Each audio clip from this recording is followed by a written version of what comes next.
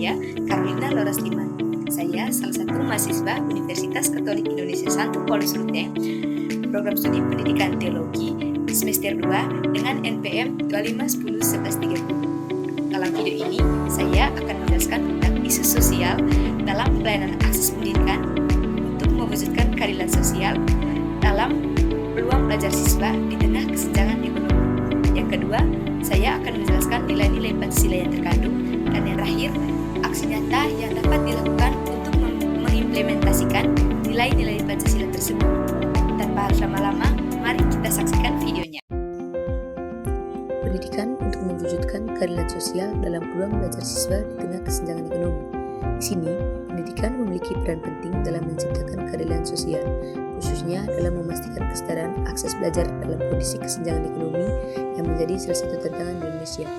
Pendidikan juga berfungsi untuk membentuk karakter, nilai-nilai sosial, serta kepribadian peserta didik. Pendidikan bertujuan menyetarakan peluang belajar siswa tanpa melihat latar belakang ekonomi melalui akses merata teknologi memadai dan kurikulum inklusif. 1. Analisis nilai-nilai Pancasila. Sila kelima menjadi landasan utama dalam mewujudkan keadilan sosial pendidikan melalui pemerataan akses, peningkatan sarana prasarana, dan pendidikan inklusif. Berikut adalah analisis nilai-nilai Pancasila dalam pendidikan.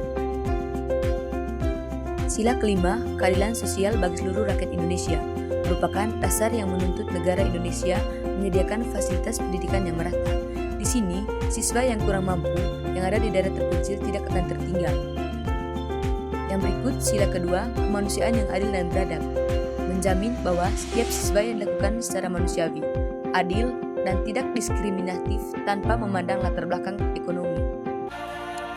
Dalam video ini menjelaskan bahwa masih banyak daerah-daerah yang di pelosok yang belum mendapatkan pendidikan yang layak.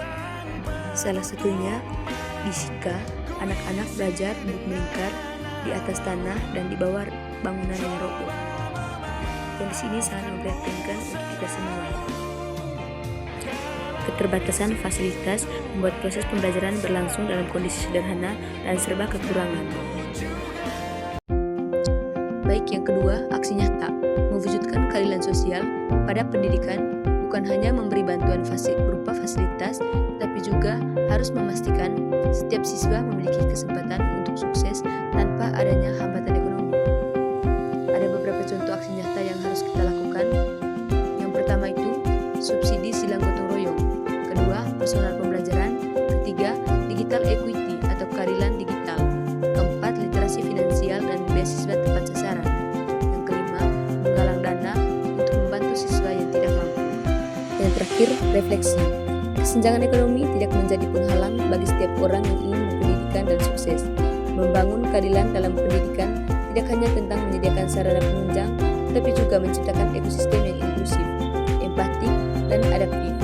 Pendidikan bukan siapa yang paling cepat mencapai garis finish, tapi tentang perjuangan yang tidak berhenti di tengah jalan hanya karena masalah ekonomi. Fokus utama pendidikan adalah menghapus hambatan dan merubah ekonomi yang krisis dengan perjuangan dan pencapaian hasil yang baik. Sama halnya dengan mencintaimu itu seperti membaca buku favorit. Aku tak ingin melewatkan satu halaman pun, karena aku tahu buku adalah jendela dunia dan setiap katanya adalah kunci menuju cakrawala baru. Tapi sedih rasanya jika banyak anak yang kehilangan kunci itu hanya karena keterbatasan akses.